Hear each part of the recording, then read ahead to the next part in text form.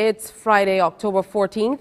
We're live on location at Harrison's Cave Eco Adventure Park in St. Thomas. This is the CBC Morning Report. I'm Tisha Hines. In our top story at this time, the local economy is now in a better position to respond to external shocks. So says economic advisor to the Barbados government, Dr. Kevin Greenidge, who is again speaking exclusively to the Morning Report from Washington, D.C. about the resilience built into the Barbados Economic Recovery and Transformation, or BERT, Plan 2022. His comments come as it was announced Barbados is among 3 countries set to benefit from the RST, that's the Resilience and Sustainability Trust, which is a long-term affordable financing instrument for the International Monetary Fund to help countries build resilience to structural challenges, including climate change. Explaining that shocks are now considered more of the norm in these times, for example, the war in Ukraine, global inflation, and trading barriers created during COVID-19, Dr. Greenidge says the Mia Mottley-led administration has to ensure there are contingencies in place to respond to the needs of the country. If you know you can get shocks all the time, what do? You try to build resilience. It means we need to build resilience. That's why the investment in climate in dealing with climate crisis, why the investment in housing, why the investment is needed in the roof program and fixing pipelines. You build investment because you will be hit by a shock. But the problem, the thing with hitting by a shock is that you want to make sure you hit by a shock, you don't fall by as much and you recover faster, right? Right. So what we're trying to do in many instances is building that resilience. Like, for example, in our debt instruments that we issue now, we have this pandemic clause and this public health clause, which say if you get hit by a shock, then you pause on that payment, and that's building the contract. So you're not defaulting. You put that payment at the back end of the loan, and you use that money to help you recover quickly. So you don't waiting for international institutions to lend you any money. You got money free up from your fiscal. That will free up $1.9 billion immediately if you get a shock. So that's how you're building them into it, into this sort of thing, right? And then on the infrastructure, you got to build infrastructure in the times when you don't have the shock. So when the shock comes by, the infrastructure don't collapse and wash away, and a hurricane don't wake you totally. So you try to build resilience, and you manage your debt in such a way that you got debt space that when the time comes, you can spend, right? And all this is built into the context of the BERT program. Dr. Greenidge says for the plan to work effectively, there must be buy-in from all stakeholders. It means that you also have to work harder. We have to work harder as a people, collectively, to push on all fronts to get growth. Because you know the next shot is just around the corner, right? Which is why we need everyone, not just public, the private, but we're calling for individual private sectors to step up, to start doing the work that they need to do. If you have a hotel and you plan to green it and retool it, a lot of hotel plants needs to be upgraded. We have what we call mature destination. If persons are planning to invest in solar energy, do it now. Now is the time, right?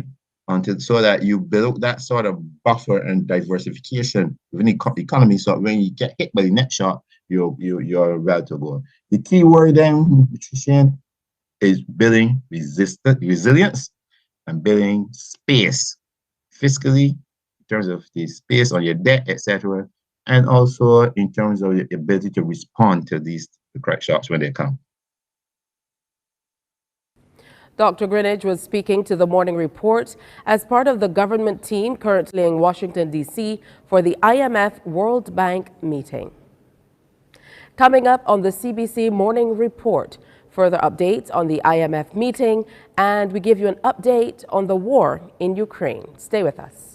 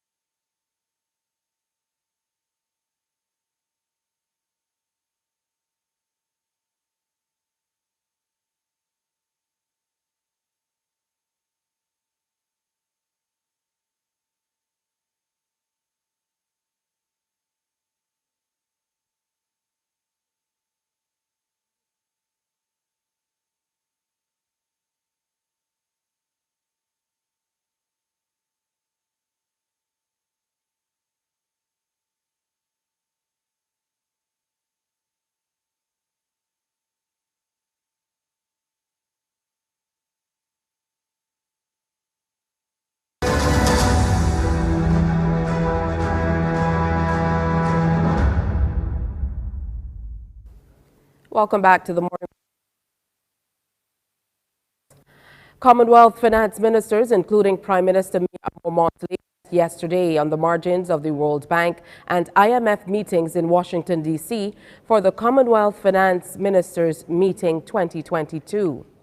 They addressed emerging economic issues facing the global economy and Commonwealth countries, the effects of the COVID-19 pandemic, ongoing geopolitical tensions, and their impact on global output and supply chains have led to global inflationary pressures for many Commonwealth members.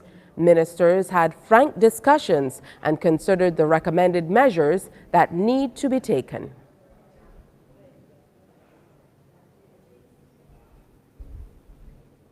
They also called for a holistic review of the fiscal rules since they are no longer relevant and do not reflect the extraordinary and peculiar economic conditions of today.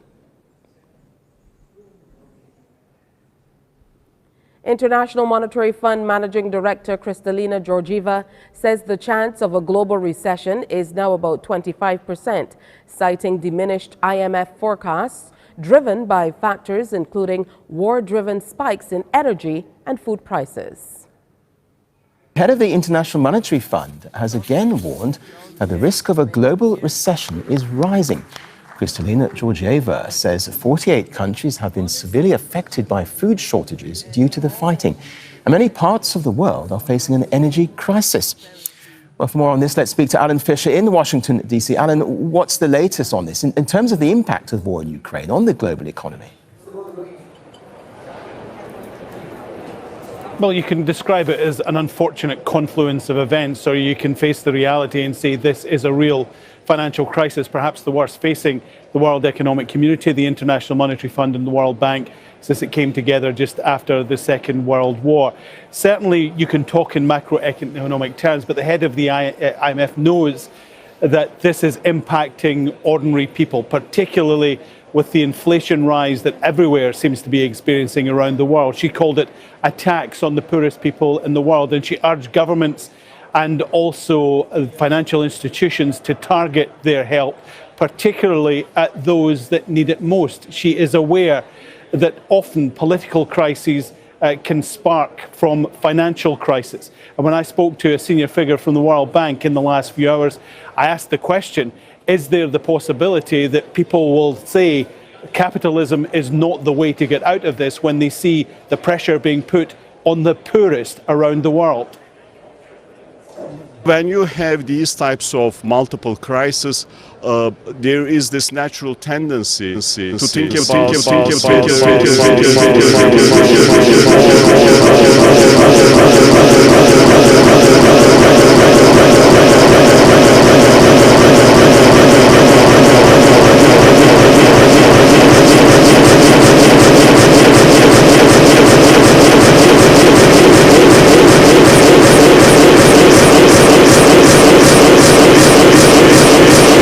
they respond to their shareholders. Who are the shareholders?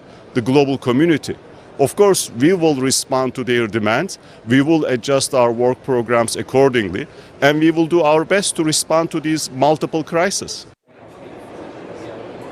Well, what's causing the inflation crisis? Well, you can talk about supply and demand, and we know that supply chains have been impacted by COVID, and even now, because of some shutdowns in China, they are not getting back to normal. But the war in Ukraine has not helped, and you're seeing that with the food insecurity that is being experienced by 48 countries around the world, 325 million people being impacted one way or the other. And the war is also causing a crisis when it comes to heating. And we know that this winter will be bad, according to the IMF annual report, that it's going to be bad in 2022, but could be worse in 2023. If there is one bright spot in any of this, then that is where the IMF believes it may well be, with Kristalina Georgieva saying that, look, that most countries now accept that energy security is a national interest and they have to move to protect their own sources. And that is forcing them to look at green energy. So while she sees the surge in carbon fuels and fossil fuels over the next 6 months or so, particularly in Europe, as it combats this energy crisis, she thinks that things will get better in years to come. but it's a very, very small sliver of good news in what has been a very difficult week for the IMF and the World Bank. The United States has reaffirmed its commitment to defend every inch of NATO territory as closed-door discussions by the alliance's nuclear planning group got underway in Brussels. As members pressed ahead yesterday with plans to hold a nuclear exercise, Russia issued warnings should Ukraine ever join NATO. NATO poses no threat to Russia and seeks no confrontation with Russia. But our defensive alliance will, as it always has, protect every inch of NATO territory. NATO's preeminent task has not changed: to defend each and every ally's sovereignty and territorial integrity. And America remains profoundly committed to that task and to our NATO allies and to Article 5. Natasha Butler has more on the summit from Brussels. Well, I think the mood at this NATO defence ministers' meeting over the past few days has been solemn and determined. We've heard over and again from the chief of NATO, Jens Stoltenberg, as well as the US Defence Secretary, that NATO allies are in it for the long haul. They're going to support Ukraine for as long as it takes. And that support really takes the shape of stepped up weapons deliveries to Kyiv, particularly those air missile defence systems that Kyiv says it so desperately needs. Russia's invasion, though, and its nuclear weapons threats have certainly sharpened and focused minds here, as in some NATO member states are really looking at their own territorial security. And that is why we also saw 14 member states sign a joint agreement to jointly purchase air missile defense systems to try and ensure their own country's safety. Because, in the words of the German defense minister, we are living in dangerous times. We are live on location at Harrison's Cave Eco Adventure Park. This is the Morning Report.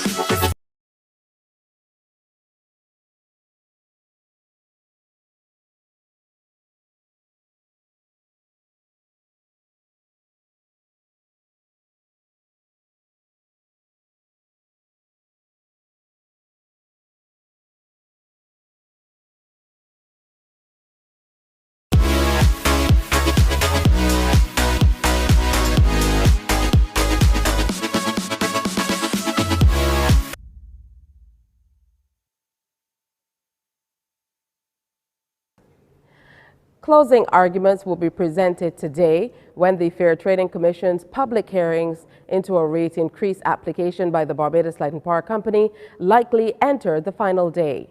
This after re-examination and cross-examination of two key witnesses, Managing Director of the Barbados Light and Power Company, Roger Blackman, and the company's Manager of Regulatory Affairs, Dr. Adrian Carter, concluded last evening. Chairman Dr. Donley Carrington has indicated that lead attorney for the power company, King's Counsel Ramon Aline, will present their closing arguments with when the hearings resume at 9 o'clock this morning. Meanwhile, in some of the evidence given, Dr. Carter says he believes the company's application for a rate increase to the Fair Trading Commission will ultimately result in net benefits for Barbadian consumers. At the time, he was responding to a question from King's Counsel Aline about the importance of the fuel clause adjustment in the company's estimates. He says their feedback from customers suggests that they are less concerned about what he describes as proposed changes to individual rate components. And we're going to get into a little bit of sports for you.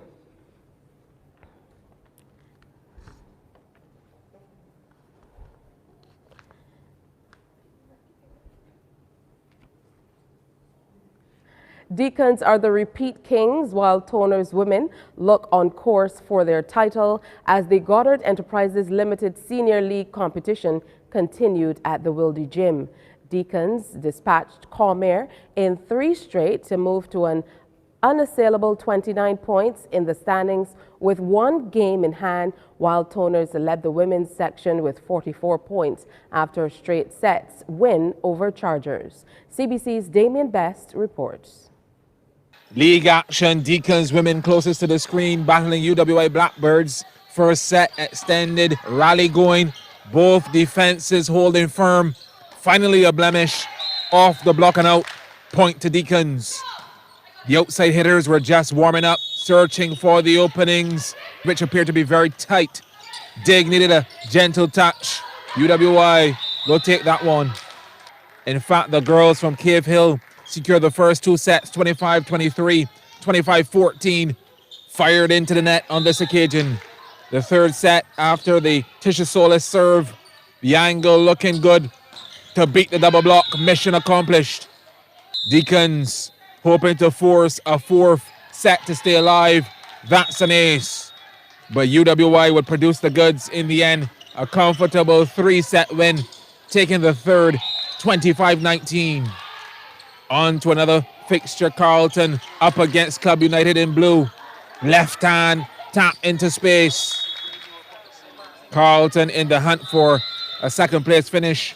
The libero gets a hand to it, but the play falls apart. Times the rallies were good, but in the end, Toners cruised to the 25-17, 25-13, 25-19 victory over Chargers. Lone men's fixture featuring Cormier versus Deacons. Sean Simpson with the off-speed delivery, big hole in the court. Simpson switching to option number 2. Power applied, massive kill. Not a man move. Point to Cormier. However, Deacons would ease to victory in 3 straight. The League Kings, 25-14, 25-19, 25-20. Winners over Cormier. Thank you, Damien. Our next newscast, Newsday, will begin at noon, followed by The World at 1 via our radio network of stations, 100.7 FM, 98.1 The One, and 94.7 FM. Coming up next, on location from Harrison's Cave Eco Adventure Park is Morning Barbados. Wake up, wake up, wake up, wake up. Barbados, get up. Good morning. Good morning, Barbados. Good morning. Good morning to you. Good morning. Morning, morning, morning.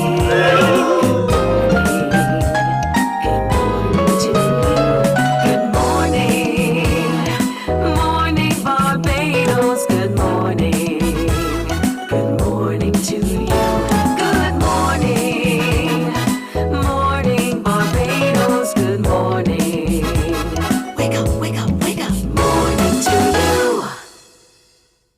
St. Thomas Parish Church is the fourth Anglican parish church which has been erected on or near the present site. The first church, which might have been built as early as 1629, was destroyed in the 1675 hurricane. A similar fate befell the second and third churches. One was destroyed in the 1780 hurricane, and the other was destroyed by the 1831 hurricane. The present church was built in 1836 on a site that was slightly different from that of the third church. And welcome. So good to have you with us on this beautiful morning. We are outdoors just the way we like it done at Harrison's Cave Eco Adventure Park, having the most awesome morning. It's very, very cool. I know already it's warm in certain parts of the island, but we are absolutely cool here at Harrison's Cave. So I don't know if you've not been in a while, you definitely need to look into it. We will tell you throughout the morning how you can be a part of it. But today really is about celebrating the parish of St. Thomas. So if there's anybody from St. Thomas viewing, I certainly hope you are, you will not be disappointed today. We have so many people coming your way, not only the parish ambassadors, we're going to speak with them, but we also have a lady who is from St. Thomas, and you know, she's an elderly lady, but you wouldn't know it because she is so full of life and vitality. She's going to tell us all about what living in St. Thomas has meant to her. We're going to get to know the wonderful folk here at the Harrison's Cave Eco Adventure Park as well. They're going to be sharing with us, plus the Secretary and past Chairman of the St. Thomas Parish Independence Committee, Maxine Skeet, will be here. Jacqueline Broom, who is the past chairperson as well, is also going to be here. We're going to hear from other parishioners too, who will tell you why they think St. Thomas is the best parish to be in. Hal Eiffel, a historian, is going to be here with us. And Anthony Alley, the principal of Lester Vaughan School, will be passing through. Of course, celebrating everything and everyone. St. Thomas today is what it's all about, and all from this beautiful location. All through the morning, we're also going to be sharing with you all the most beautiful things about St. Thomas. So let's go right ahead and welcome Tyrell Giles, who is the St. Thomas Parish Ambassador, and he's joined by Gabrielle Hope, who is his female counterpart. Good morning. Hi, good morning. Good morning. Well, you guys should be saying welcome to St. Thomas to me. Welcome to St. Thomas, indeed. Welcome. Is wonderful to have you with us. All right, so tell me, first of all, a little bit about your beautiful parish. Let me start with you, Gabrielle. Ladies first, what makes St. Thomas so awesome? The sites, well, the famous Harrison's Cave for sure. The C.O. Williams flowers. We have the most beautiful flowers over there. Also, we're prize winners. I would say the beautiful scenery, the wind is really windy. Yeah, that's basically. All right. What say you, Mr. Giles? Well, for me, I think that, we're in the center of the island. So it's, even though people may not say we're central, we're geographically central. And then, as Gabrielle said, the tourist attractions. So Harrison's Cave, Rock Hall Freedom Village, Welshman Hall Gully, Jack in the Box Gully, them all. Gabrielle, what made you want to be a parish ambassador? Well, just giving back to my parish. I'm a parish person. I'm a community person, I should say. And I love interacting with the kids in my parish, so yeah. What about you, Tyrell? Were you at all nervous about it? You don't look nervous at all. So were you at all nervous about taking up this stint as a parish ambassador for St. Thomas? I don't think I was nervous. I think that overall I've been a St. Thomas advocate all my life, so I think this is just a formality at this point. Talk to me about your projects, because I know that's a major part of what you do for the parish independence celebrations. It's really about celebrating the parish, and the project is a major, major thing. So starting with you, Tyrell. Well, I think that we are definitely promoting the healthy lifestyle, healthy living, trying to encourage persons in the community to eat healthier and live healthier generally. We've had our launch in Shophill at the Church of the Nazarene, and then we took it to Leicester Vaughan just a few weeks ago, where we had a fun day and we were promoting healthy living there as well. So I think that with all the NCDs going around, it's critical that we encourage our residents to partake in these activities. And then hopefully we don't have to have it on a parish basis, but we can take it to wider Barbados as well. That sounds wonderful. Gabrielle, you said that, your favorite thing is being in the community. You said you are a community person. Yes, And we totally understand what that means. So what has it been like moving around St. Thomas, talking to people about this? How has the project impacted you, yourself, and your relatives and friends? Well, the project has impacted me. It gave me awareness to a lot of issues that we may have health-wise, all the non-communicable diseases, diabetes and stuff. And to go into the community and explain to people what health is really about brings joy to me, because we are the future. Yeah. All right. What's the most amazing thing about being parish ambassador so far? What's this color, maroon? I never get colors right. I don't know. I'm not a traditional girl. Usually girls say, oh, this is plum, or this is peach tululu, or whatever. I have no clue about colors. So is this just plain old maroon? If it were up to me, I'd say burgundy. So I Okay, let Gabrielle see? tell you. I would say burgundy also. Maroon/burgundy. It is burgundy. Okay, put me in my place. Yes. All right. So let's sell. First of all, this place, isn't it simply, and this is my favorite word, hands down, amazing. From the time you come into the car park, it's just a wonderful space to be in. Like you mentioned, Gabrielle, it's breezy. The sun is out. Listen for a moment. Birds chirping. It's a slice of heaven, really. So talk to us about the changes here and how the residents in St. Thomas feel about all the great things happening in St. Thomas. Well, certainly over the years, it was just a traditional, you come to the cave and you go directly into the hole. Now, I think that the management here has done an awesome job in making it a whole day event. So you come, you go on the zip line, you go on the challenge course. You can still go into the hole if you want, and there's still a bar as well. So when you come to Harson's Cave now, you spend a whole day here. It's not just the 45-minute to an hour anymore. And the staff is welcoming. As I said, you come here thinking you're spending 2 hours and end up here from 9 to 5.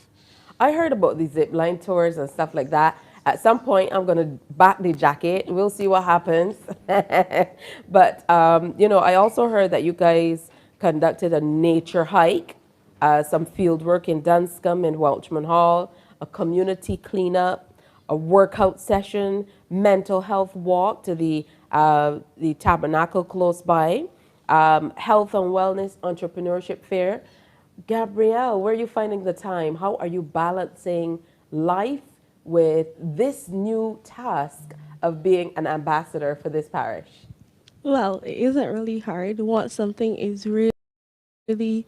you're really passionate about something, you really make the time for it. So time is not an issue for me.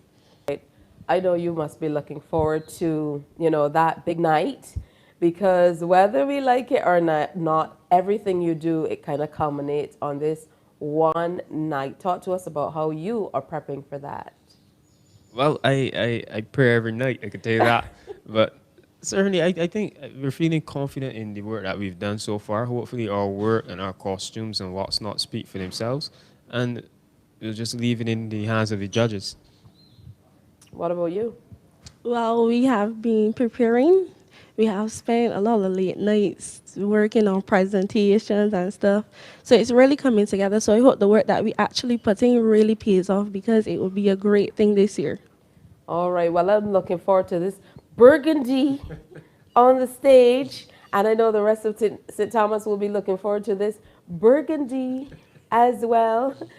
So spend a little time now selling the rest of St. Thomas to Barbados. I'm going to start with you, Tyrell.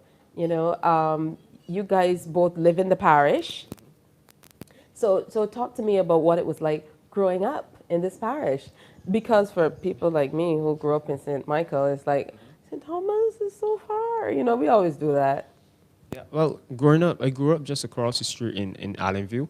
So I think what I really like as well about Harrison's Cave is that they always try to blend with the community and just kind of mesh with the community. So there was always that kind of community spirit coming from the cave and Allen View and just the surrounding areas as well. It was always a cool bus ride heading down to Sharon Primary. Um, that's kind of in St. Thomas as well. And then a cool bus ride heading northward to Allen School as well. So I think overall, St. Thomas is a welcoming parish. You can go anywhere in St. Thomas, somebody will offer you some fruits and some vegetables. Even with avocados, we have hundreds of avocados here, and then we hear people in town buying avocados for $8 to $10. So, you know. What about you, Gabrielle? Well, for me, I always used to be hiking with my dad, Cat. We used to hike around the Bocas. We used to hike around the China School.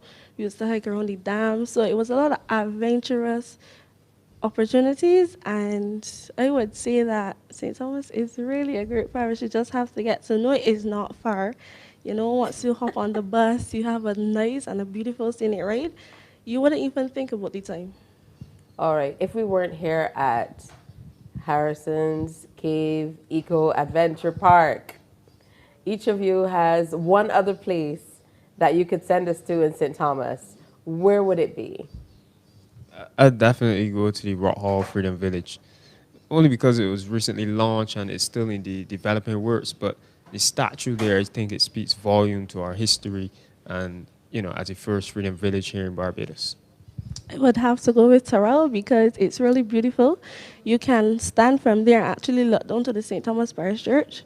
There's a wonderful scenery. Also, if you're really a family person, you can have picnics and stuff. Also, little parties, a little vibe for your family, you know. It's a nice place. All right, they say St. Thomas is a vibe, and we absolutely agree with that. We're going to take a break. We are live at the Harrison's Cave Eco Adventure Park in St. Thomas. All that you're hearing in the background, oh, the birds. They want to be on Mornin Barbados too. Hey, lots more to come, live on location when we return. Morning, morning, morning. Good morning. Good morning to you. Sharon, old site of Moravian Chapel Residential District, is located off Shop Hill. This site at Bunkers Hill accommodated the first mission station which the Moravians established in the island. It was opened in December 1767, and according to James Young Edgell, it was called Sharon. The station was destroyed in the 1780 hurricane, but it was rebuilt, and later a decision was taken to transfer operations to a more accessible location. That station, built at the new location in 1795, was also called Sharon. Therefore, the Bunkers Hill site became known as Old Sharon. Morning, morning, morning. Good morning. Good morning to you.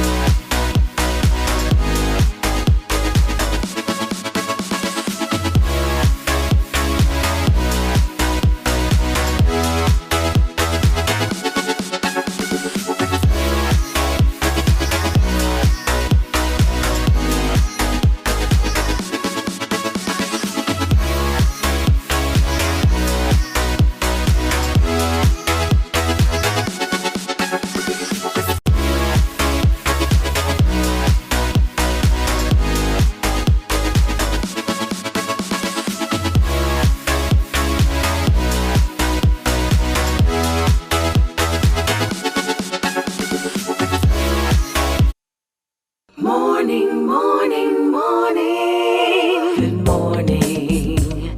Good morning to you. Come back to Morning Barbados. We are on location in St. Thomas and sharing about this gorgeous parish. Simply pristine, Very, very beautiful. And I'm sure you know that on top of that, nice and breezy. It's a really crisp and cool breeze coming across St. Thomas this morning. We're joined now by Carl Applewhite. Michael Grant. We're joined now by Michael Grant. Chairperson. That's you. So they switched out people on me. Yes. I was calling you Carl all morning and nothing. You have to bring the mic up for me. Okay. Yeah? All right. So Michael Grant is chairperson of the committee. Tell me a little bit more about your work here in St. Thomas. We had an opportunity to speak with the ambassadors and have a good time with them, hear more about what they're doing. But as a person really leading the charge, talk to us about what you've been up to. Good morning, Barbados. Okay, my name is Michael Grant. I'm the chairperson of the St. Thomas Parish Independence Committee. And we work along with other different groups in the communities, especially for St. Thomas, as we are the persons for St. Thomas. With the CS, which is the lead department that is in this program, and we work with them along. We look for young persons that we can groom and get for them to be better persons. And the program is a year-long program, and through this program, they go through different stages and different all kind of different things that will help improve themselves, like public speaking and so forth, that kind of thing. And through the years of the program, people have passed through the program and they have really benefited from it. And that is the work that we really look to do with the young persons. When you were asked to be chairperson of the committee, was it difficult for you to say yes? It wasn't difficult. It wasn't difficult because I'm a person, I like to work with people. I love people, and especially I like working with young people. All right. So talk to me about your journey with the parish. My journey with the parish, as I was living in the parish now, because as the old folk would say, you are come here. I've come into the parish. I've been living here almost 10 years now. And it's a very beautiful parish, and I really love it. The people are very friendly. They're warm. They're welcoming. And as I go through the communities, I get to meet people, even people that I have known before. And they are really appreciative of the simple things, simple life, the lifestyle of the people. I really like it. And it's a nice, warm feeling in the parish. And I go through the parish, I meet people, and I get to know them. They get to know me. And we have a good communication link within the community. What strikes you most about the projects that you're working on throughout the community here in St. Thomas? The project we are working on right now is a project featuring improving the lifestyles and the health of the people. Our project this year, St. Thomas, Your Health is You.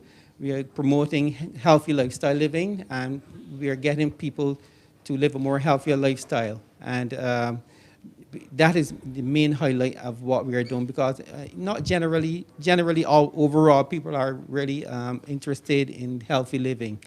And we are pushing that, and that is one of the biggest highlights for me. And that is what we're on.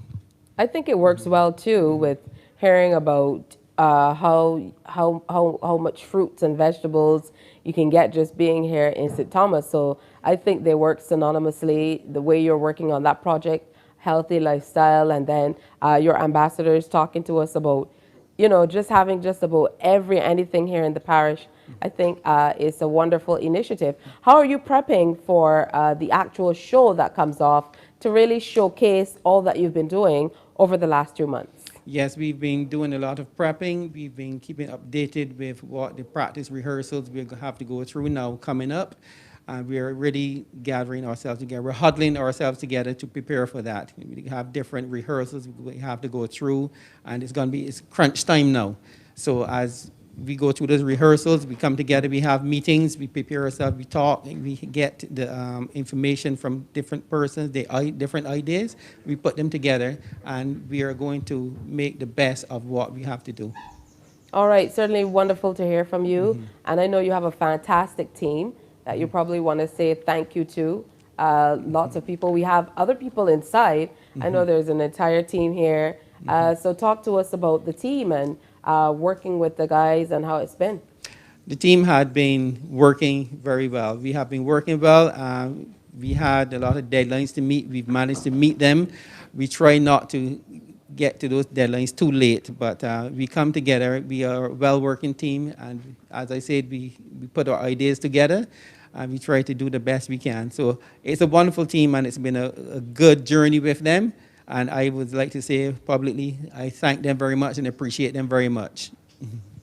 All right, we're going to come back and meet some more members of the committee here in St. Thomas. So stay with us as we come to you live from the cave, Harrison's Cave Eco Adventure Park. We definitely would love you to, make some time to be able to come and see all that's happening here. And I don't think we move around Barbados enough.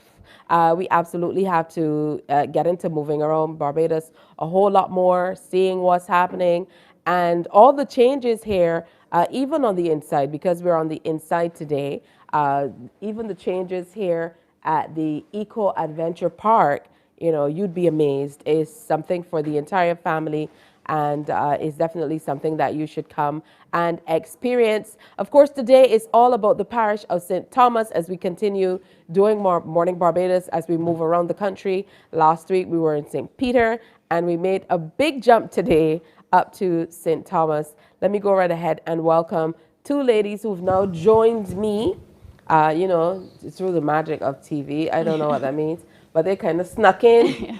Well, Mr. Grant snuck out. And I'm joined by Maxine Skeet, Secretary and past Chairperson of the St. Thomas Parish Independence Committee, and Jacqueline Brooms, past Chairperson of the Parish Independence Committee. Good morning, ladies. Good morning. Good morning. You have to bring your mics up. Good morning, St. Thomas. Good morning, Barbados. Yeah, and like I told the ambassadors, you guys have to welcome me to St. Thomas. I can't say welcome to Morning Barbados. You have to say welcome to St. Thomas. Welcome to the heart of Barbados, our beautiful parish of St. Thomas. That sounds good. Yes. All right. So talk to me a little bit about your involvement through the years with the committee. So for me personally, I joined the committee in 2017 as the attendant to the ambassadors. So that was my step into the Community Independence Celebration Secretariat program as it relates to the parish ambassadors. Before that, I actually wanted to be a parish ambassador when I was younger, but I left Barbados to go away and study. So by the time I came back, I was too old. I aged out. Couldn't be a parish ambassador, but I realized that I was able to contribute as an attendant, and that's how I joined the program. What about you? I have been with the program from the inception. Wow. I was secretary to Mr. Glenmurray, who was the minister responsible for culture at the time. So I would have been there from 1995. And I've come through the whole thing with the ambassadors. The program started with just a show where it was only women, only girls. But St. James decided that boys should be included. And then from 1997, fellas were included. And we had our first parish ambassadors show. And our show was we represented by Carol Applewhite and the Young Boys. All right. So talk to me about living in St. Thomas. That's why we're here. We're here to find out more about the parish and your thoughts on living in St. Thomas. You hear that? Beautiful rain, yes. So this is one of the many features of living in St. Thomas. There's almost daily rain. We actually do have the highest rainfall in the island, just over 1,600 millimeters per year. So this is a feature that we're fortunate to have almost every single day of the year, some kind of rain. But outside of that, St. Thomas gives you almost the best of both worlds. We are somewhat rural as you go more internally into the parish, but outside of that, we also have suburban areas closer to Warrens. So there's a bit available in the parish for everyone according to where you prefer to live. It's still very much community-based. You can still get a breadfruit from your neighbor. You can still ask for golden apples, a little oil if you need to finish out your cooking. So I would say that a lot of our activities, a lot of our communities are still very much living the older Bajan life, the community life, and that is something that I really appreciate about living in St. Thomas. Your appreciation for the parish you live in? For me, I was not born in the parish, but I've been living here for 40 years. So that makes me a St. Thomas person. We adopted you.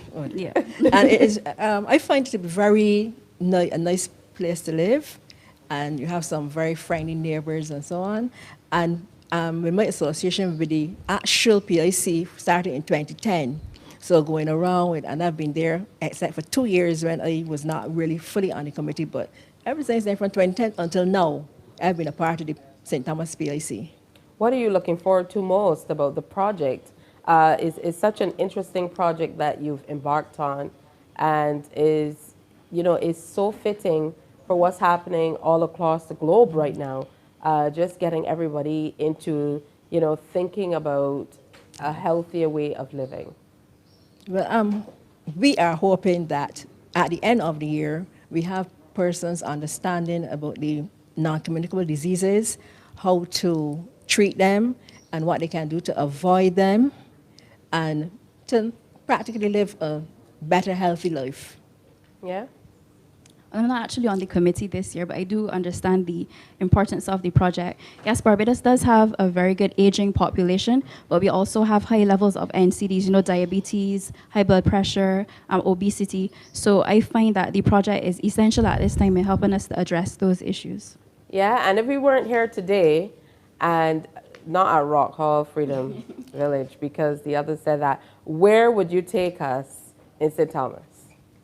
I would take you to Jack in the Box Gully. That is one of my favorite areas in the parish, not just because of the vast biodiversity that is in Jack in the Box Gully. I'm not just speaking about the trees, also our very friendly monkeys. But it's also hold on, Sycopin. Friendly monkeys, yes. So the St. Thomas monkeys are friendlier than the monkeys. I would like to think so. Yeah. Once we leave them in their natural habitat, they tend to be a lot friendlier. So that's why I'm saying that it's a natural habitat for the biodiversity, not just in the plants, but the animals as well. It's also an accurate representation of St. Thomas in the event. There's caves. The gully is actually a collapsed cave. So, it's a very accurate representation of what St. Thomas is and what it represents. All right, where do you take me? Over by the Williams flowers, where you see all the beautiful heliconias and ginger lilies. And of course, the ones we represented, those flowers went to Chelsea, and we've gotten some gold and silver gilt over the years. All right. So it's a very beautiful place to see. Beautiful flowers and friendly monkeys is what we're working with. I don't think I will ever live down the friendly monkeys. Yeah. Friendly monkeys in St. Thomas, that's what we're working with. And as the showers come to an end, we are going to close out this segment, but we come back and meet another parishioner from here in St. Thomas that you will absolutely love. She has a tremendous story about her journey with St. Thomas. We are live from Harrison's Cave Eco Adventure Park in St. Thomas for Morning Barbados today. Morning, morning, morning. Good morning. Good morning to you.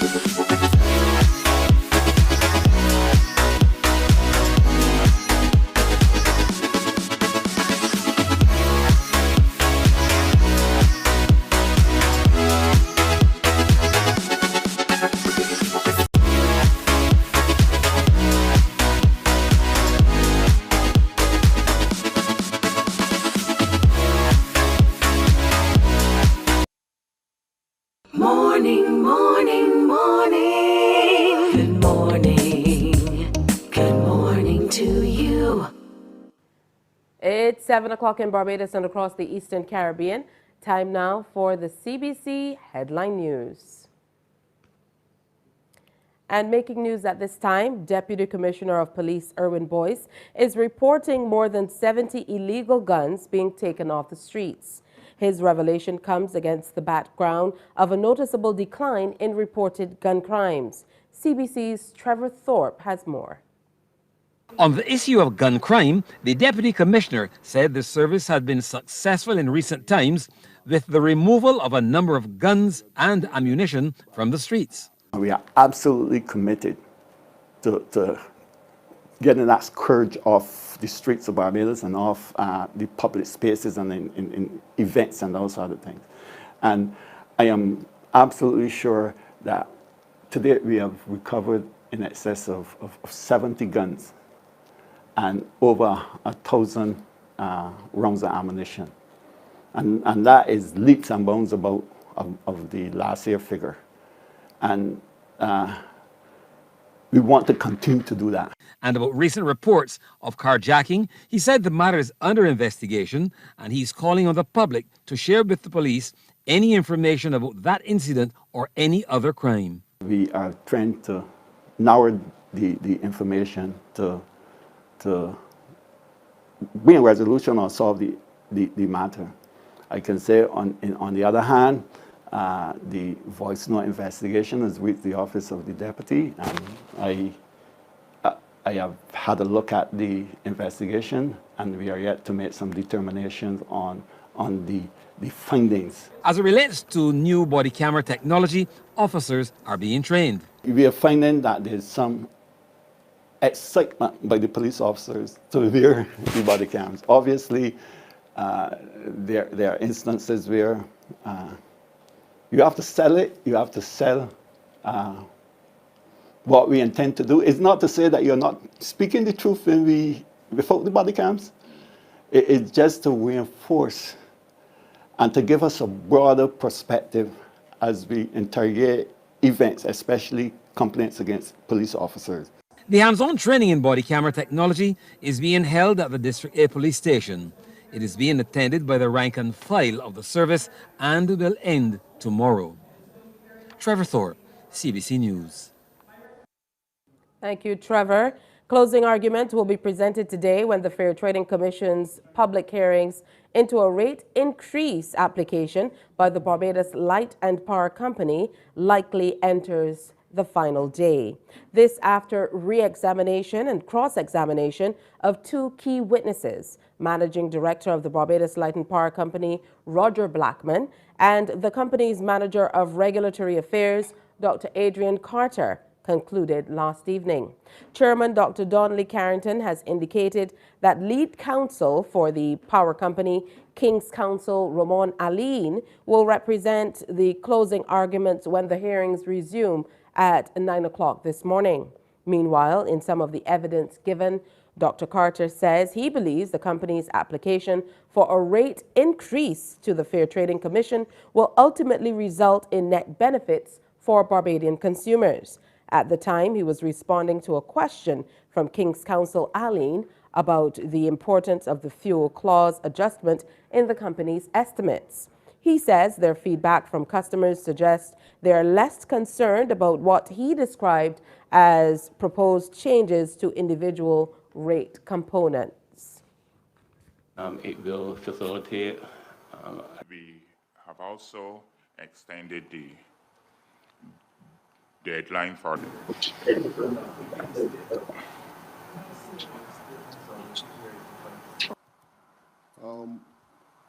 you would recall that during cross-examination determined and included in the rates from the 1993 decision.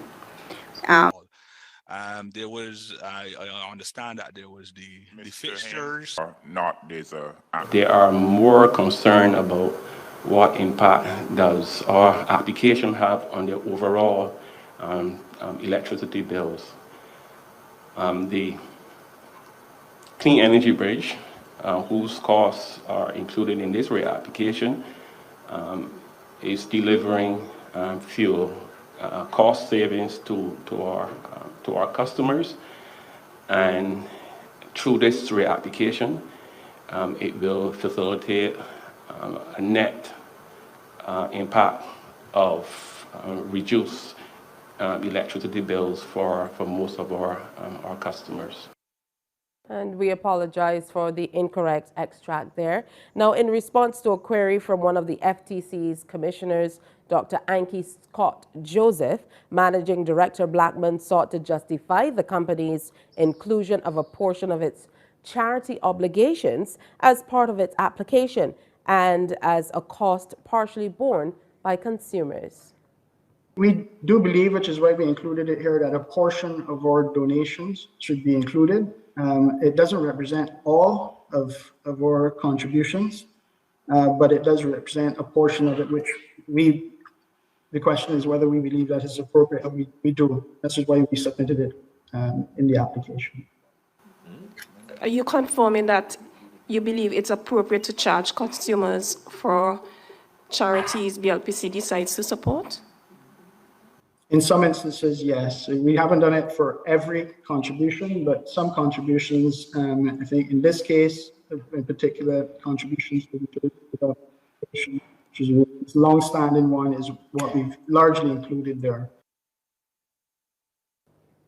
And that's it for headline news. When we come back, more on Morning Barbados. Remember, we are in the beautiful St. Thomas this morning, coming to you live. Stay with us. Morning, morning, morning. Good morning. Good morning to you.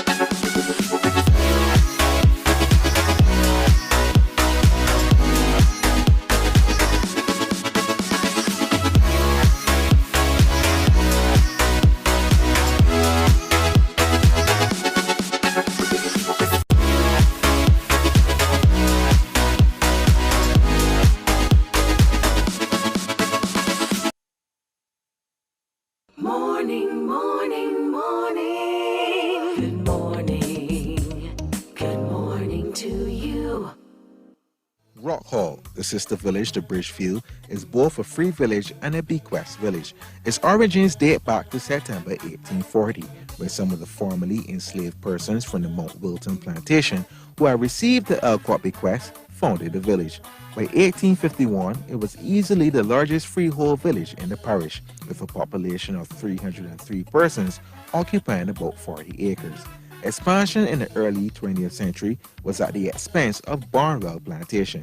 In 1947, Halcrow and Cave counted 129 agricultural lots on 73 acres, which made Rock Hall the third largest village in the parish. Oh, so much about St. Thomas that we love. And you caught me mid-conversation with Collie Lovell.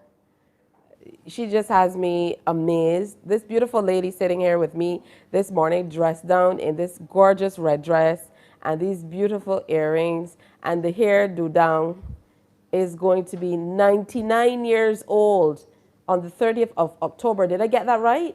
Of course. I have to digest that a little bit. Yeah. You're going to be 99 years old in a matter of days? 99. 90 and 9. Yes. You are beautiful. And I love your spirit. Thank God. Tell me about St. Thomas, your gorgeous parish. Well, I know about St. Thomas, but I know about myself. That's the truth. Well, tell me about yourself. Well, myself is, my mother bring me up good. And he feared the Lord. One morning, going down to Sunday school, not morning, evening, around 2:30. What's going down? A spirit telling me, follow me. I said, follow me. I look wrong, they look wrong, and they look wrong. And I said, nobody. But what's going on further now? I feel this heat. I feel this heat. And then I said, oh, it has to be Lord. So I was telling the Lord, and from that time Yeah. till now. Wow. That's the truth. That's wonderful. Yeah. And, what would you say is, your favorite thing to do? Do you have any favorite things that you've loved to do through the years that you still do even now? Oh, Lord, so many things. And what I say, I was a worker. I say a worker. These walked people done in 1953. And don't you know, I had some forests and some horses, and then I use of them. Yeah. What did you plant? So everything, the only thing I plant is myself. Two. I plant beans, I plant boniface, I plant peas, I plant potato, I plant yam, I went to Lloyd. I plant everything that God made. Get a cabbage head comes big as you. Is your head. So this was, and that's pretty big. So this was your life out in the field, working, growing for your entire life? Yes. Plant pigeon peas and pick everybody. When I done sell them, I get 10 points, 40 points, and I carry the avatar. And the only thing I said is myself, I tell you. That's true. Almost 100 years later, what are some of the major changes in Barbados that you've lived through that you maybe think, oh my goodness, this is so different from what I'm accustomed to when I was younger? What's here? There's no there. So much things I can't think none. No, everything changed, more than changed. The only thing changed is me. Because I help my God. Yes. With all my whole heart. Did you ever get into the technology? Because I know for a lot of people, with the technology and everybody into WhatsApp and cell phones and computers, they're like, I'm not touching that. But did you ever get into technology? What in technology? No, let me hear what. Computers, cell phones, nothing. No machines. No? Just serving your God, right, and loving the land. Yes. Oh, Lord. Yeah? Tell me about your family now, family life. Oh, Lord. I have some family I don't know. I have to be careful talking though. Some good and some bad. It's with all of us. But you hear what I say? You're acting. Yes, it's with all of us, Miss Lovell. Yes. That's the yes, cycle of life. But God says, love you one another as they love you. Yeah. Well, all each other love you. But you have to do what God says. God says, do what God says, what is it? Yeah. Because you got to go someday. But I would like to find him as a small savior and not a prime judge. All right. Do you have any other fond memories throughout your 99 years that you would love to share with us? I mean, that's an amazing, amazing feat. All I would know, I could tell my people, love God with all the whole heart. And lean not under their own understanding, but in all the ways that knowledge him. And he will direct your path. Yes, please. Absolutely. I am told, now I got insider information. In other parts of the world, this might be insider trading. Yes, please. But I am told that you love your belly in major parlance. You love to eat. Truth. It's just a fact free. My mother tells me to eat truth like that cause my life, and I can do it. The best is okay. What do you love to eat? Some everything except cuckoo. You don't like cuckoo? No. I ate it one time when I was 12 years. But what happened, I understand the doctor said I ate the not macaroni. He said I cook it with. Okay. The fish? The canned fish? Not the canned fish. Man, we put down right there, I was sure no. Oh. Not mackerel either. But somebody help know what we talking about? Herring? Anyhow. What is it fish? So no cuckoo. No. Yes, but if you were inviting me over and making a meal in St. Thomas today, you know, Yeah. what would we sit down to have? Well, I do what you ate first. Listen, That mean. we have something in common. Yes, please. You said something that is the truth will set you free. Yes. There's very little that I'd refuse. Yeah. And I have in the cuckoo meal.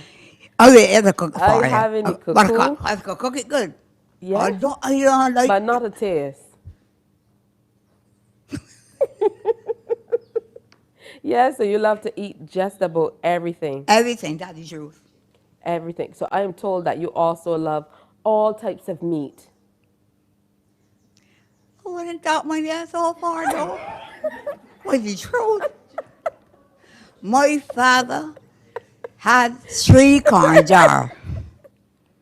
And then he got my father go and buy 3 pigs and bring them home and raise them. I'm telling a lie. My mother don't tell a lie. So I can't tell a lie. And my father put them in there. One time, but so much, some had creeper. Used to cut in 4 pounds pieces. And I had to cook them, do them, because my mother had enough children. So then put on a pot, gotta go put on a pot for When you say enough children, enough. Yes, how many? To cook for 13. There were 13 of you?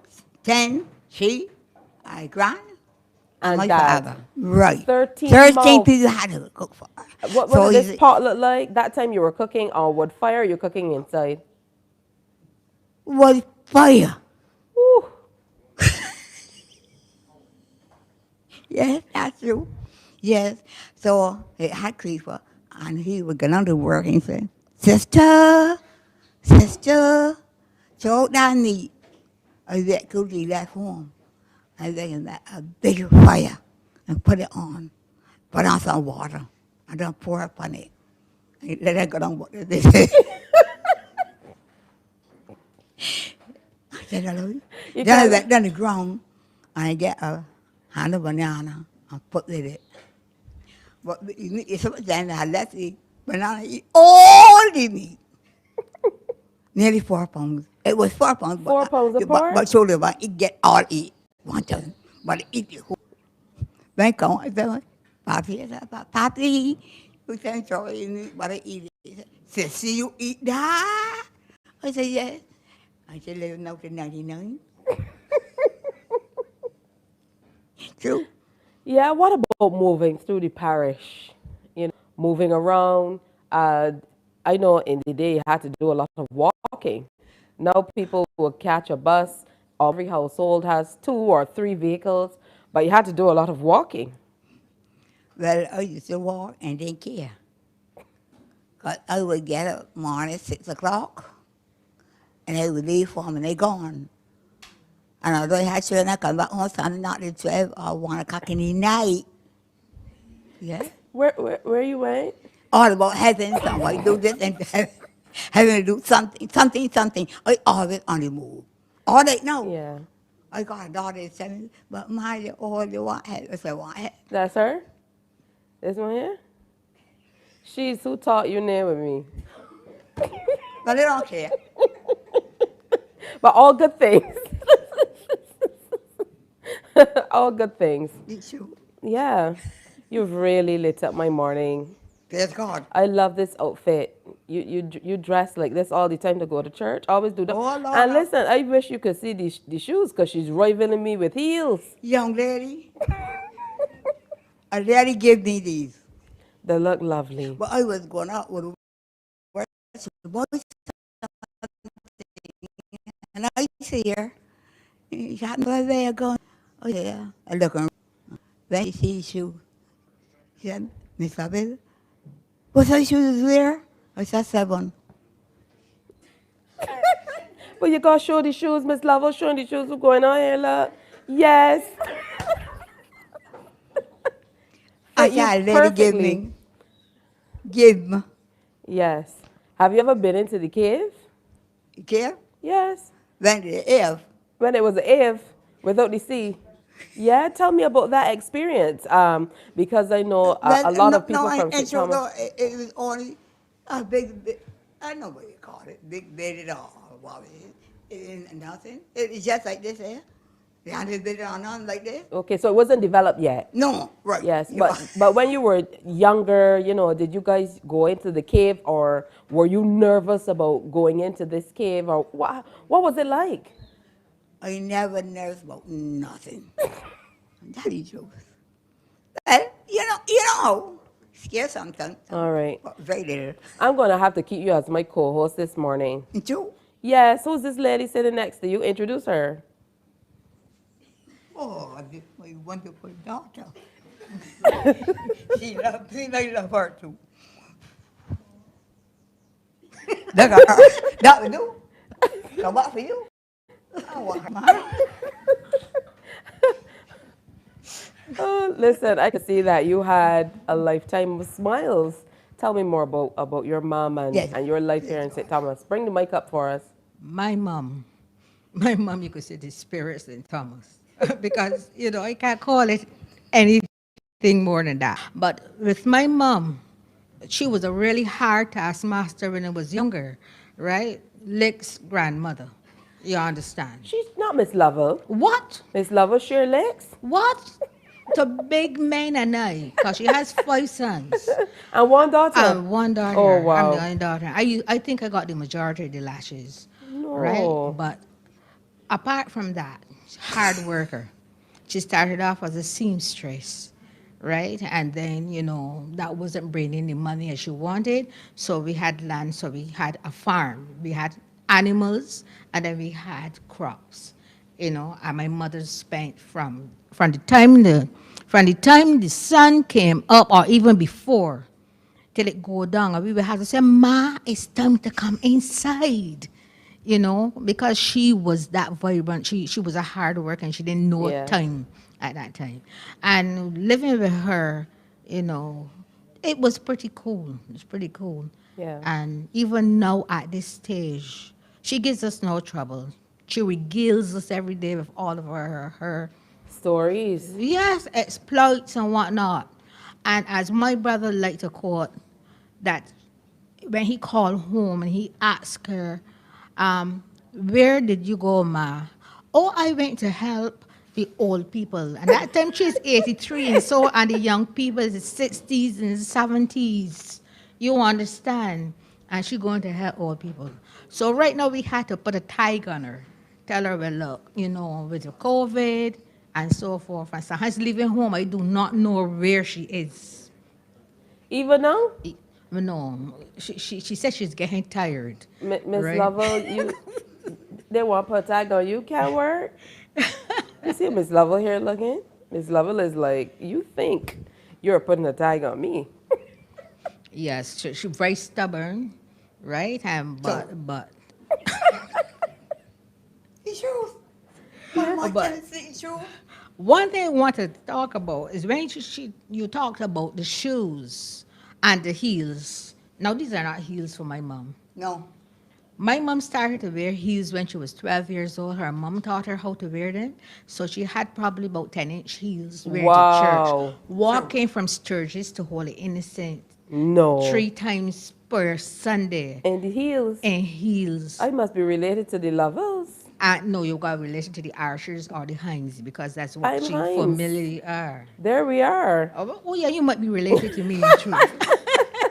Right? And the thing is that at that time, in those days, for Sunday alone, she had about 6 white long sleeve dresses. No, you have to say it like the old people say, lily white. Lily white, that is true. Lily white dresses, so she could choose whichever she liked. And not only that, my mom was a person that sang at different places. For the answer, She sang in. No, also. Not only that, she sang at lodges. They will have these inspirations on Sundays. And she was a little thing because she wasn't as big as a mite. You understand? Yeah. With long hair and 2 bows of ribbon, even when she was 22 years old. Wow. And she sang And for a little girl, she used to pelt the alto, as the people say. That's lovely. Listen, And she's still singing all it now. I could sit and talk to you, Margaret, Miss Lovell, for days and days. I've enjoyed this immensely. I'll tell you guys a little secret. Only because Margaret taught your name with me, Miss Lovell, I'll let you in on a little secret. What you want to say is the truth? I got married at Holy Innocents almost 20 years ago. Okay. Yeah, long time ago. A long story for another time when we continue talking. So I have my little ties to St. Thomas as well. Okay. How about that? Good Yeah. stuff. All right, so we're going to take another break and come back. We are at Harrison's Cave Eco Adventure Park. We are live from St. Thomas and sharing the people with you. Of course, if you can get out to Harrison's Cave, make sure you make your plans, all right? We're going to take another break and come on back and meet some more wonderful people from the parish after this. Lawrence Johnson Roundabout Road Junction is located beside St. Thomas Anglican Church, where the Ronald Map Highway intersects with Highway 1A and the Rockhall Content Road. The name commemorates the contribution that a stalwart made to the Barbados Labour Party. Lawrence Johnson was a St. Thomas small businessman who gave long and unstinting support to this political party. He was a member of the BLP's National Council. He served as president of the St. Thomas constituency branch, and he was the campaign manager of the late Tom Adams. Morning, morning, morning. Good morning. Good morning to you.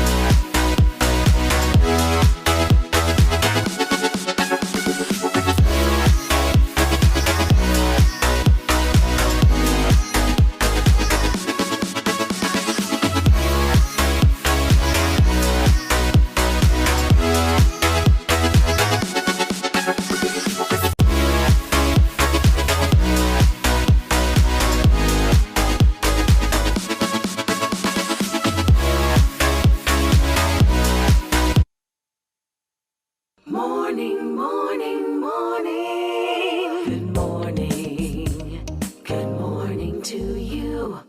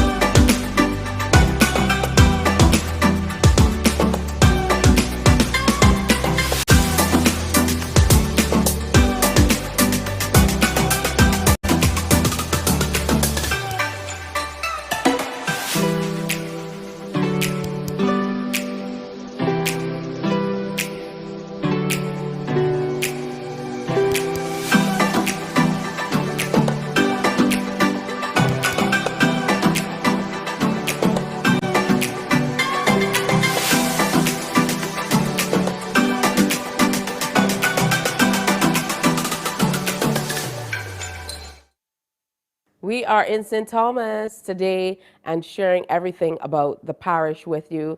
And, we could not come to St. Thomas without telling you all about the Lester Vaughan School. They're going to be celebrating 25 years. Thank you for making me feel older. In 2022, Anthony Allen is principal of the school. Good morning to you. Good morning, teacher, and good morning, Barbados. I remember when Lester Vaughan School was opened and there was a lot of celebratory things happening, and people were really excited about the school. And now here you are on the cusp of a 25-year, a quarter of a century celebration. What's it like at the school now as you look toward these celebrations this year? Well, we are in full celebratory mode. We would have started last Friday with a Founders Day service.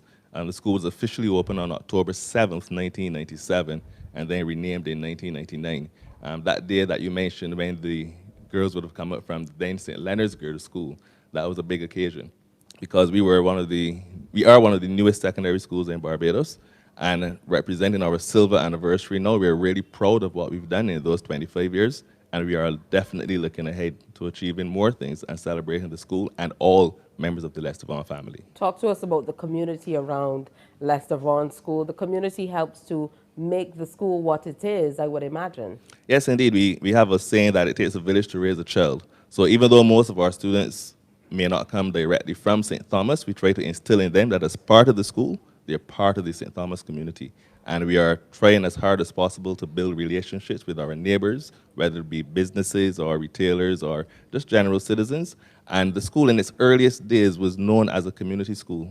We have a massive campus, lots of grounds, hard courts, etc. And in the past, many of the sports teams and persons would have come to exercise, play sports, and things like that. So we're really trying to build that community spirit as a school once again, as well as to instill in our younger people the recognition that they're part of something bigger.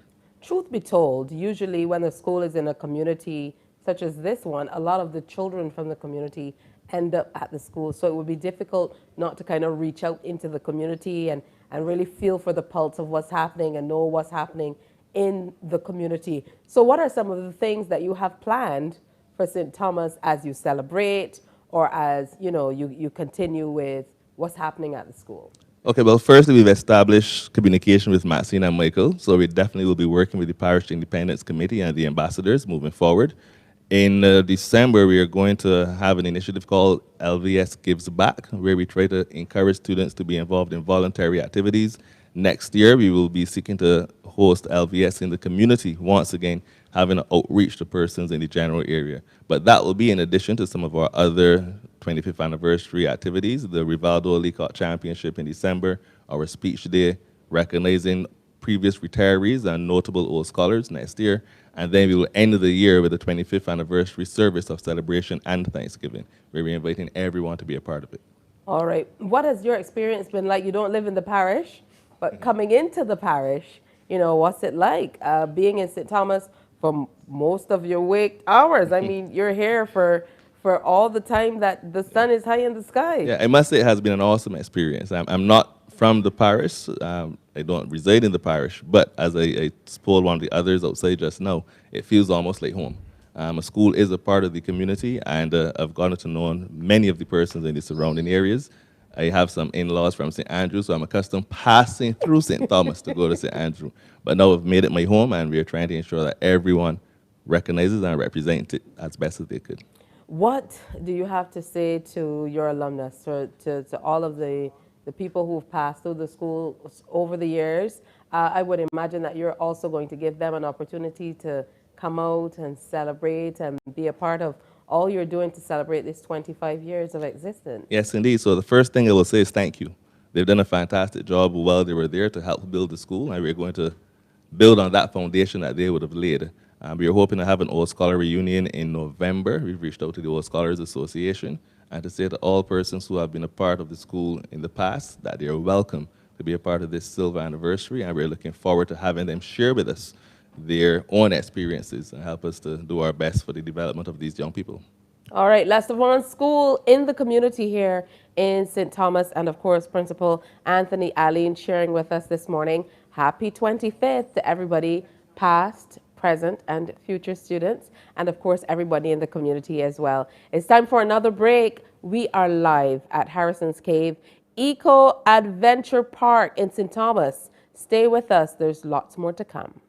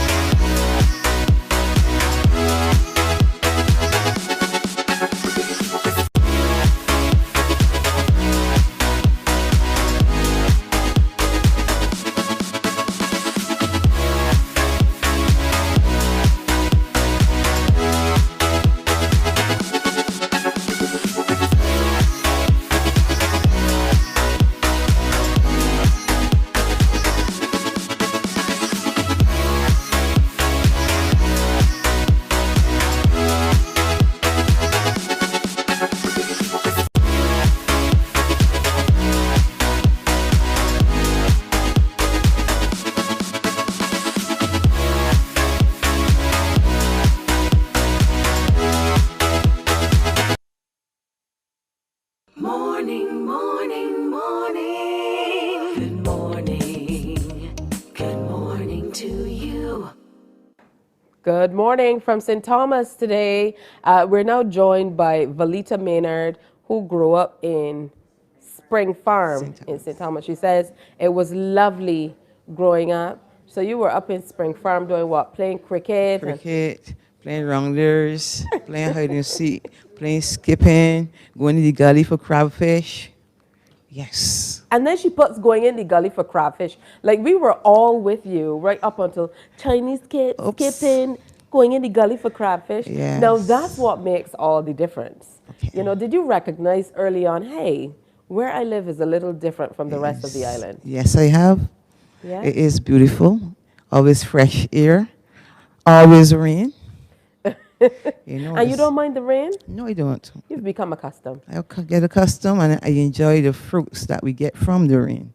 What are some of the fruit that grow abundantly here in St. Thomas? I have guava trees, banana trees, plantain trees, pears, apples. You could have just said everything. Everything. Instead of showing off. What's your favorite thing about growing up, living St. Thomas? My neighborhood.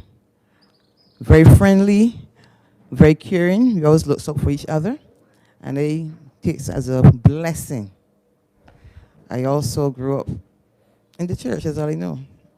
All right? So as part of St. Thomas, I'm well known. I love people.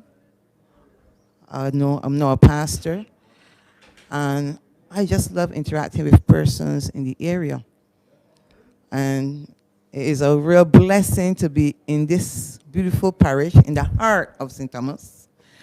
The pulse beats here in St. Thomas. I look over and I just enjoy the beauty that we have here.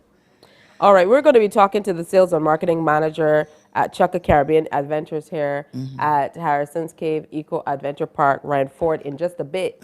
But I know the experience of the residents who live close by, all of these amazing attractions that we get to be a part of sometimes. I know your experience as people who live in the parish is a little different from those of us who kind of come to visit with the new setup, whether it's Jack in the Box Gully, Welchman Hall Gully, the cave. You know, share with us some of the childhood experiences of moving around the parish that has so much adventure. Well, as far as Welchman Hall Gully is concerned, I've visited there quite a bit. I've been to Harrison Cave so many times. I'm always bigging up Harrison Cave to all my friends that comes here. So I enjoy going through and enjoying nature. You know, I enjoy the beauty of Harrison Cave, especially when we go inside and we see the stalactites and stalagmites. That is beautiful. That is real awesome. And I just enjoy the nature that we have here, and as I keep telling you, the fresh breeze. It is beautiful, really beautiful, right? Going through the community, as I said, I am blessed to be in a parish that has so many aged persons. Just yesterday we celebrated another centenarian, you know, in the Spring Farm area. Her name is Clarine Edwards, was 100 years old. Wow. Yeah, so we're blessed to have the aged here as well. I believe it's the good food that we have growing right outside our doors.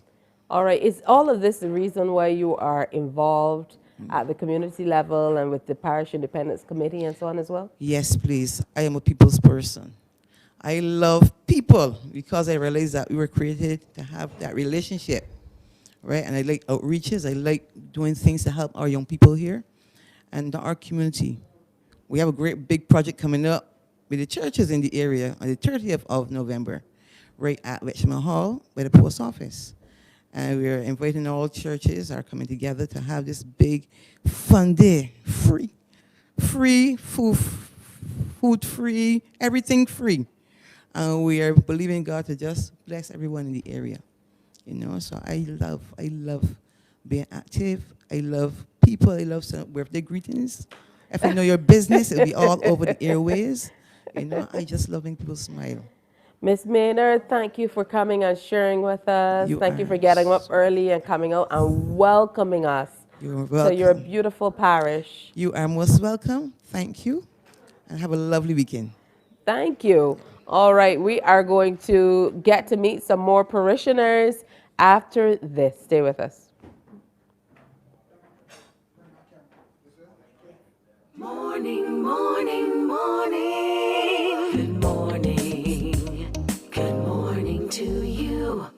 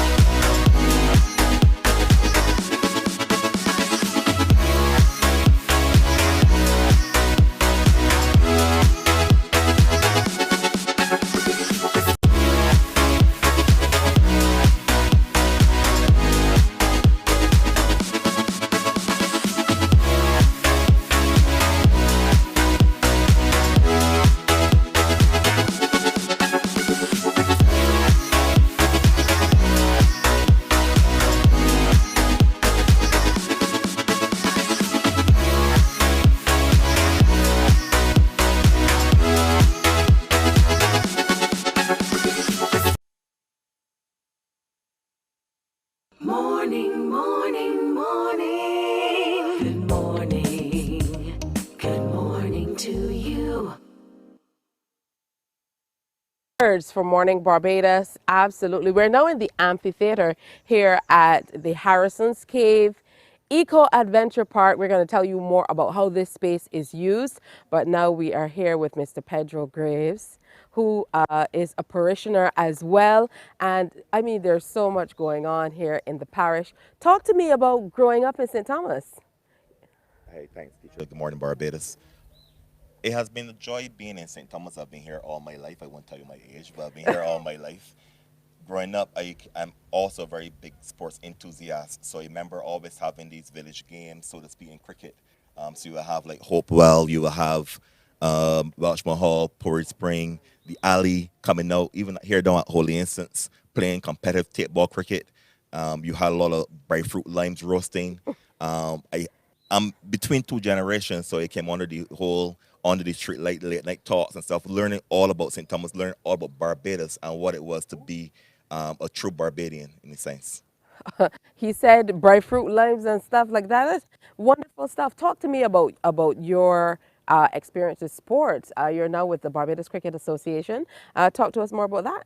Yes, I am a board director at the Barbados Cricket Association. So my love is cricket. So in St. Thomas, we had the St. Thomas Parish tournament, which has been going on for a number of years, broke because of COVID. But we're looking to come back and appealing to sponsors to come out and also put back into that community vibe that we always had and a big rivalry. Because what I've found is that true community participation brings out what we want to achieve in fostering that whole parishioner, that whole Barbadiana persona. And bring people not only just into the program like the parish ambassadors, but making ambassadors in every single parish. That's very, very important. What would you say are some of the real high notes about your parish from your perspective? Yeah, the high notes would be, again, from a sporting perspective, it would be, we would have had Kyle Mears doing a double in Test cricket. He also would have scored 100 in a 50-over game. He's right here from the parish. Well, he had to end with that. He's right here from the parish. Right, so we're very proud. We had a number of other persons who have played at the highest level in Barbados coming through. Sherry Campbell, Gordon Greenwich, can go back as far then. And also Owen Birch playing at the highest level in Barbados. So a number of people making their marks in sports in the community. All right, that's very, very important. And of course, you continue to love your cricket. One of the things that a lot of people say about the parishes that are landlocked or don't have a little sea going on is, oh, you don't have any sea. But I mean, with all of the different adventurous things that you have going on, it must have been very interesting growing up. So I want to hear a personal experience, of what you did. You told us generally what you did with the cricket and so on, but what was it like? Did you explore caves? Did you move around? Because I mean, just even outside of here, you're driving by caves and stuff like that. It's very different from the rest of the island. Correct. As mentioned before, we have Rock Hall, Freedom Village. At the back there, Firelight, there's a gully behind there you can traverse. I wouldn't recommend it if you don't know the area or you're not going with someone who lives in the area. You have Jack in the Box Gully. So the number of gullies that you can actually go through. Recently, you would have had one in Coast Cave where you knew there was a youngster who actually got lost at night. So when the rain falls, it tend not to go. Some people like to go still, but it tend not to go when the rain falls because obviously you can get trapped down there, so to speak. So it is adventurous. To be honest, I myself have not done much of those gullies. A bit. I can't say that on air. Scared? Of certain creatures. But I would have been, in the cane grounds, breaking cane, etc. From a young age, So those things would have made it fun growing up, especially during the summer, just running from tree to tree because guavas, mangoes, bananas, you name it, just going golden apples, Bajan cherries, all here in the parish. Yeah, we are enjoying the beautiful parish of St. Thomas today. Oh, it's gorgeous. It's beautiful to be here. Make sure you get on out and enjoy Barbados. We're going to take another break. When we come back, we're telling you all about this space. So make sure that you continue to watch. As a matter of fact, I think we're just going to continue talking about this particular space right here that we have. We're going to get somebody in to tell us more about it. But you'd know that here at Harrison's Cave Eco Adventure Park, they're now offering a whole lot more. So it's not just come, get into the cave or go on the valley floor and have a good time. Now you can go zip lining. You can do various tours, wet or dry, etc., etc. So we're going to tell you more about that coming up.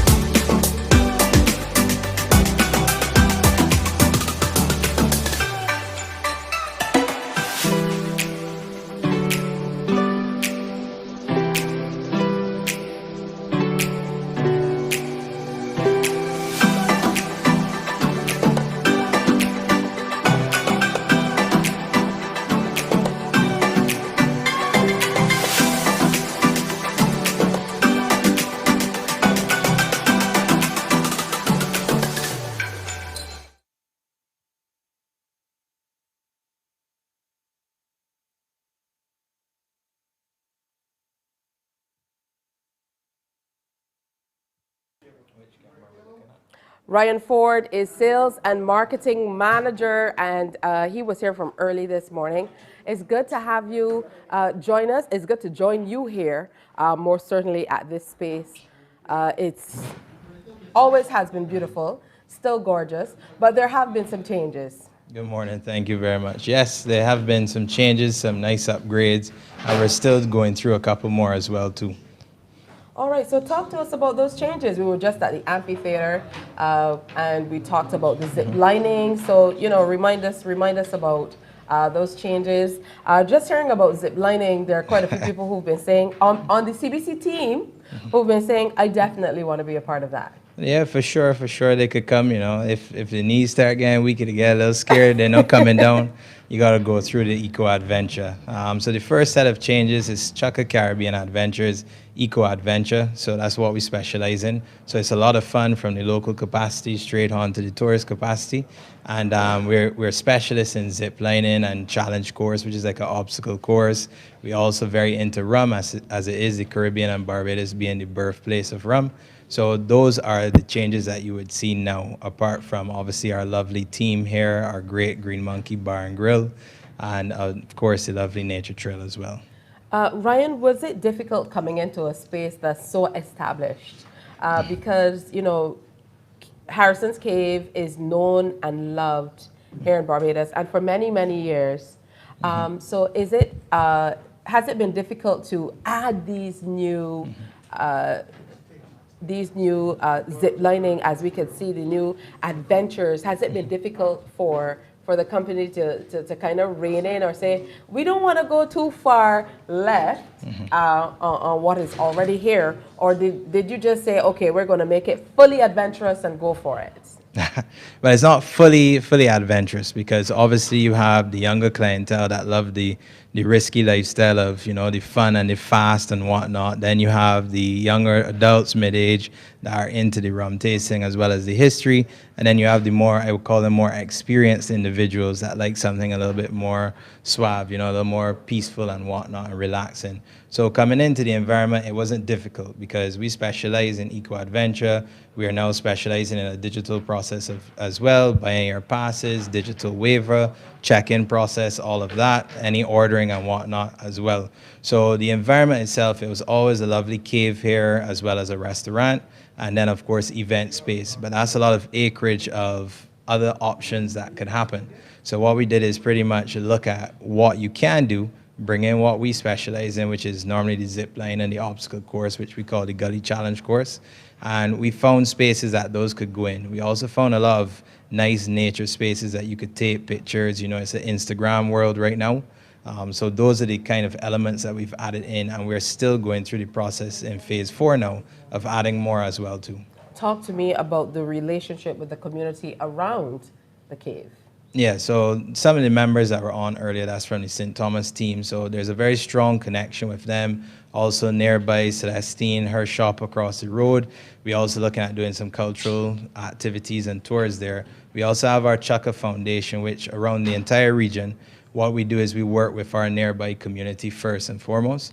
And if you go into our Welsh Mahal gift shop and boutique, which is just behind this wall, you'll be able to see a lot of items that some of the artists from the community or from across Barbados that they provide. And some of those funds go directly back to them, obviously cover costs and profit for them.